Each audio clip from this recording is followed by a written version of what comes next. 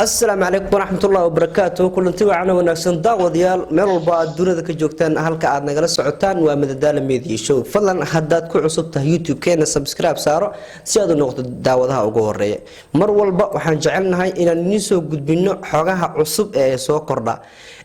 maanta waxaan rabnaa inaan ka hadalno arin soo haatan soo shaac baxday gabar Soomaaliyeed oo dalka dibadiisa ku sugan oo caruurteeda laga qaatay عليكم ونمعة محمد خليف وقبل لحد عيال لقى قاطي والعيال وحي إسلامه وشهادة لا إله إلا الله محمد رسول الله نهاي والعيال وقرب استاغ علمي وأيديعينهن علمه وأيديعين أقونتها قعنت يدين ولا قصارى قعنت كلا إيقالين قرية لقو كلا قبي يميرا مناسبة هنا يتشوغان قبلها كم إذا وحي بوقلن والي إني والانتهاي isbitaal laba way ku hayaan ilaa hadda waxay ku sugantahay waxay ku direen wax warka hayo ama soo arka midna malaha isbitaal ay ku jirtaa ina arka leeyma ogola community-gi dadka inay arkaan uma ogola mid kamid ah halka meel ay ku dayacantahay halkaas iyadoo qabowga ay raydkaas lugaysa cayaalkii laba kamid ah waxa way madaxi baa googay wal ilmo madaxa loo dhaqo gacanta lagu hayeen labadii wiil oo yar yar ka ahaa ay baa leefleef sida cunugeerka lix jirka ay sheegay ay baa leefleefo oo baadar gareeyo islaam markaa dhahooy waa islaanta ugu sheegweeda ku haystaa warti gaalada aynu waxay u dhaha hooy it's okay she's baby ayga baby why she's okay dib kuma geysana cunigu wuxuu dhahooy sasaan qaade hooy ayaa nafta ii keenay cidiga cilnaysa male aniga awood malihi aan dhaho ayga iga daylma cid inoor garaynaysa cid hadalkayga hoos qaadaysa male Soomaaliya maanta meeshaan taagan anaga is dhignay Soomaaliya gacmaha isqabsana meeshaan maanta taagan anaga is dhignay ilmihii agoonta waa ay dayacan yihiin daryeel ma haystaan aniga bisha waxay dhahan labadeeda la qabanayaa wax la dhaho maxkamadda maxaa lagu gaaro ka sakeebe maxay tahay ayro gubira dayacan yihiin dhibaato jirto waa iga seexateen ii istaaga intii shahaadato oo dhahda laa ilaaha illa muhammad rasuulullah ilmaha yarka agoonta qofkii wax ku sadaqaysta ama qofkii wax geysto ajar buu helaya aabood waa nin dhintay maanta waxa waaye nin dhulka ka hooseeya waa nin mar dambe dhalaynin fir iyo magac buu ka hareen fir iyo magac ilmahan ka joogan nin bay magaciisa ka joogan walaalayaal oo istaaga adinkoo qabyaalad u fiirinayn adinkoo u fiirin reer hebel ilmaha Soomaalinimada ugu istaaga shalay saad u garab istaagtay maanta u garab istaaga saddex kamid oo yar yar arka saddexda marka arka waxa waaye laba kamid waa labada wiil oo yar yar ay gabadhii waa mar lay tusaa hal saac waqti laba week dhan laba maalmood mar layga tusaa hal saac markaan ka hadlo dhahoy ay baa leef hooy ay baa dhibaatay cid hadalkeena naga hoos qaadaysa mala cunugeerka dhageysanaysa malaha meesha waxa waaye cadaalad darra ka jirto Soomaaliya waa u badantiin maanta gobolka Minnesota waa u badantiin ilmahaas Minnesota meel kamid ay joogaan intii dacalada America joogto waa meesheeda inta joogta loo gurmay loo soo saakii loo yaraha kii aqoon-yahanaha kii macquul ah ilmahaas sababta waxay ku nooliyeen dhaqankooda soo ogaan lahaa waa muhiim qofkii aqoon-yahan oo loo baahan qofkii duceynayeen oo loo baahan walaalayaal u garab istaaga ilmahaas waa agoon aabood mar dambe ma dhalaayo aabood nin dhalaayo dambe soo noqonayo waa nin maanta qabri ku jiro maanta duu noolaan wax dhan ay ahaan lahayd waa bilaa aabo hooyo kaligeeda korsanaysa loo dhacdhacis waa 6 ciyaal waa 4 gabdhood 2 wiil maanta haday ilmahaas baxaan oo dhul gaalo u galaan waxa way waa xibin islaamka ka baxday walaalayaal oo islaamnimada la isku garab istaaga qabyaaladii qabiilka inta la iska daayay hal isku garab istaaga Soomaalinimo hal isku garab istaaga kelmadda laa ilaaha illa allah muhammad rasuulullah naga dhaxaysa islaamka dhan ka dhaxaysa hal isku garab istaaga maanta guri madow baan fadhiyaa sariirahooda iyo gurigooda waa ka guriga kaliya maanta dhex taagan oo ka dhaxalay caaw labadaas sariirood iyo xoolashaan ayaga laha maanta guri madow baa la taagan kuwa xoolashooda maran fadhigoodi waa kan fadhigaan adduunyada dhalo maanta guri ilmo dhaqan bay ahaayeen firiisanka dhulka u yaalo talaaga daaweyn u taal oo halkaas siriyaasha iyo alaabta iyo adduunyada dhan u taal qofkii arka gurigaan buuxay maanta ku jireen ilmahan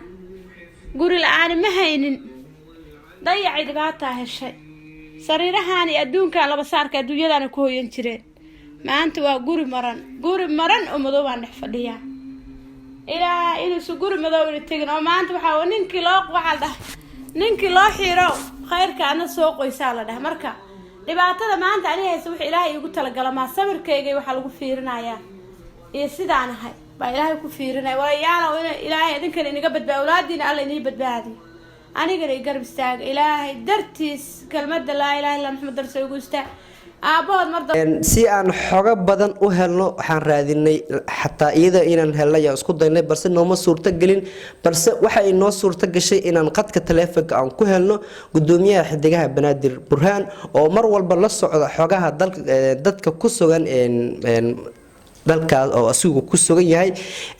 iminka waxaan soo dhaweynayaa burhaan marka hore soo dhawo burhaan mana maqashaa soo dhawow madadaalo media show ayaa live ugu jirtaa warbixin ayaan kaa rabnaa inaad naga siiso gabadha Soomaaliyeed ee caruurteeda laga qaatay صح وإن شاء الله ديار باوهاي وقرتي وانا دي السلام دمانتين السلام عليكم ورحمة الله وبركاته وعليكم السلام نيو شاكدي قبضنا سنة مروء لسو عنبا وحياو بدن با اسكي بدلي وقرتي marka niyahow qoladii dacweynaysay cadeymayso bandhigeen xoogaa dhinaca Soomaalida dhexdeeda xataa sheekadii sidii loo maleeyahay ma noqon oo gabadha xoogaa dambiya ku cadaado waa gartay niyahow waxa la sheegay in ilmaha waliba kuwa yaryar ay fiilo la dhacday waa gartay saxan kan maaragtay dhalada camal ay ku dhufatay waa gartay niyow ayadiina xoogaa awal waxay ku adkaysanaysaa aniga ilmahayga ma taaban waxa ma sameyn hadda ayada xataa way isbedesho yani waxay dhahday ilmaha la canaanto wax weyn ma aha Soomaaliya anagoo dhan Soomaaliyan kusoo kornay wana canaanada jir wana la karbaashi jiray waa gartay gudoomiye waa jirtaa Soomaaliya markii loo eego caruurta waana calaantaa waxyaabo oo waalidka ka soo fagta way jiraan canaantuna way jirtaa oo markii Soomaalida gudaheena ama dalkeena loo eego caruurta waa canaan tarbiya u tahay waa gartay markay noo wad sheekada niyo waxa soo dhan wax ka jira malaha waa gartay dadkeena Soomaaliya waxa way caruurta si qalada ay dadka qaar waa iyagu dhan ma aha aniga si aadaba li calaana jira saaxiibaday waxa arki jira geed inta lagu xiro asagoo la karbaashay asagoo xirxiran oo feer qaawan ma fahanti waa gartay waa markii loo eego dhinacii waxbarashada barashada quraanka waxa soo dhan wallahi aniga cadeen ah aniga karbaash ma dhinna iskoolka lagu garaaci jiray dugsiga quraanka lagu garaaci jiray guriga lagu garaaci jiray wax ay isoo kordhisana ma waxii aan la igu karbaashayna ma aanan dhaafin ma fahanti waa garta canaanto aniga hadda waarida ku hadlay ilmeyga waxaan ku canaantaan ku sameeyaa markii ay dambi galaan waxa la sameeyaa cunuga wax uu jecel yahay ayaa loo diidaa sida waxa kamid ah telefishinka ama waxa uu taqaanaa dhalada waa telefishinka caruurta ay daawadaan inay daawadaan meelaha caruurta fiican oo jecel yahay lagu ciyaaro maanta ma aadaysid sababtoo ah dambiila tahay waxaas wallahi siday u dhaqmayaan rabshada way joojinayaan wax walba way sameynayaan marka waxaas ilmaha la garaaco wax ka jira wax ay soo kordhinayso malaha waa dhaqan aad u xun waay ma fahanti waa gartay marka niyow aan gabadhii dib ugu laabano gabadhii waxay samaysay ilmaha fiilooda rekoorka la dhacday waxay la dhacday saxan bay ku tuurtay waa gartay yani wallahi niyow waa dhaxay cunuga ugu yar cunuga saxanka lagu tuura daarag hadduu ku dhixi lahaa saxankaas cunugaas waxba kama hareen waa daayar marka loo eego dhanka iyo fiiladii la dhacday waxa oo jirkiisa gaarsiisan ma jirto calaamado ka muuqda Mareykanka waxa waaye hebel ay yiri wax la yiraahdo ma jirto adiga hadaan ku dacweeyo waa la baara cadeyna la rabaa cadeyn cad ma fahanti waa gartay gabadhan wax walba way ku cadiyeen ilmihii jirkooda waa laga helay dhaawac ilmihii waa la wareystay way sheegeen dad kale oo gabadh kale Soomaaliya marqaati ku ah daris la marka horta anaga aan xumaan u qaadanayna maxay cidda Soomaalida u dhibayaysa laakiin ilmihii u naxday ma fahanti waa gartay niyow sidaas ay tahay Soomaalida qaar wali waxba uma arkaan oo ilmo waa la caamin jiray way dhacaan marka dadka muqdisho ku sugan kale markay hadal hay ariga ka hadlaan caruurta waxay u arkaan in caruurta ay la qabsadeen dalka oo ay waalidkii ay xushmeeyeen oo waalidkii ka amar qaadanayeen ay sameynayaan waalidkii xataa inay dacweeyaan iyagoo waxba ka hadlayno ay si ay dacween hadallada leeyahay kale hadii soo daahan oo kale lagu qeylinayo inay caruurtii ka kululaadaan way jirtaa ay dacweeyaan dadka muqdisho ku sugan saasay u hadal hayaan way jiraan kiisas saas ma badna laakiin caruur waxaa jira waalidku iska maago oo inay meelaha iska aadaan laga wada rabo gaalada wax fiican u arko laakiin maalinta ugu dambeyd caruurtaas waxa waaye noloshooda way xumaanay because cunug Soomaaliya gaal u dhaqan ma lama noolaan karo marka nolosha marka hore wax fiican ilmaha u maleynayeen xoraad noqonaysaa waxay ku noqonaysaa wax xun ay ku noqonaysaa nolol cidla bay ku noqonaysaa yani sida isku mid ma Soomaali qof inaad la noolaato qof gaal ah isku dhaqanay nolosha xoogaa way adkaanaysaa marka dhibaatada ugu weyn wax walba siba Soomaalida ma waxay dhigi jirtay nina si yiri nina si u qaaday waa sida loo sheego waa sax waxa waaye marka Soomaaliya joogtid ilmaha si gooni ah loo dhaqmaa marka Mareykanka joogtid ama Yurub ay joogtid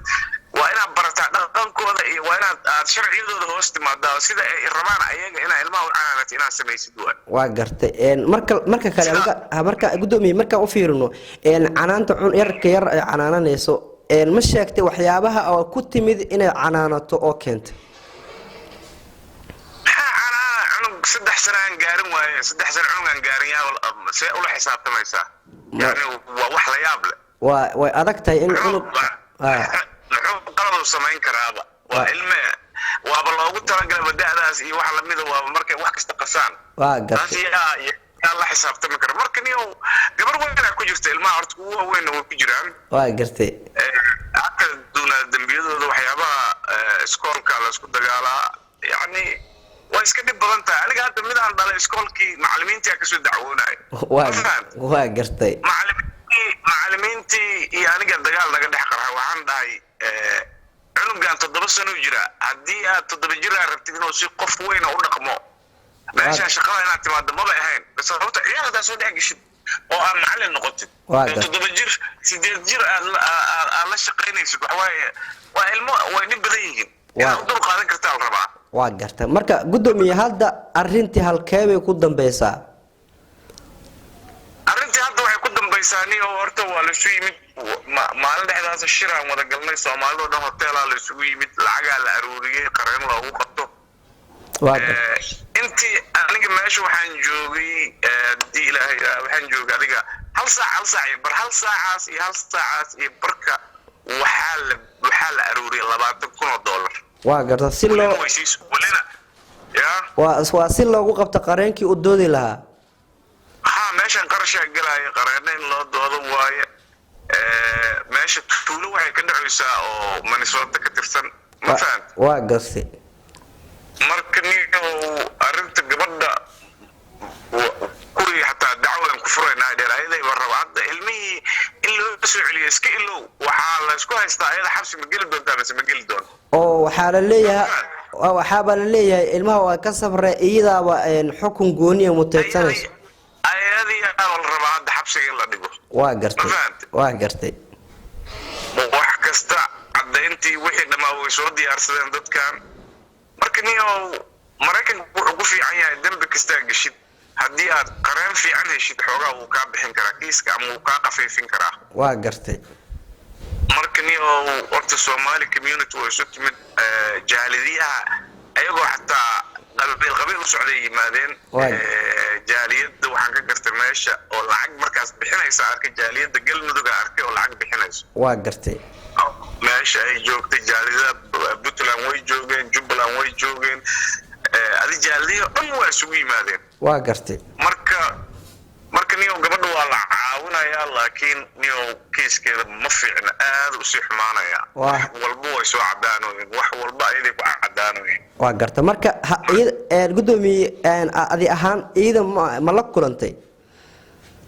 waa is ag fadhina maalintaas oo dhan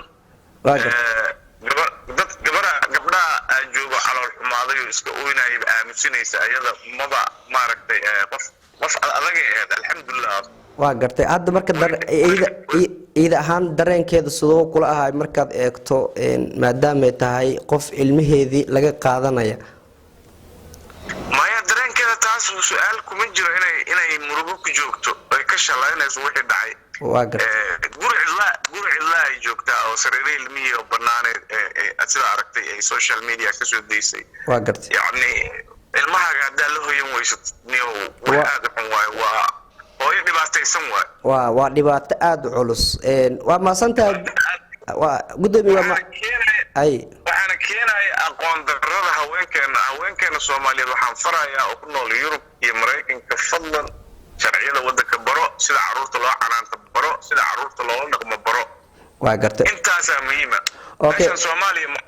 okay gudoomiye maasantahay qaybi ugu dambeeyay joognaa maxaad ku waanin lahayd ummad badan aan ugu xiran oo adduunka kala joogto oo iminka nala daawanaya fiidiyowgan wareysiga nala socdo,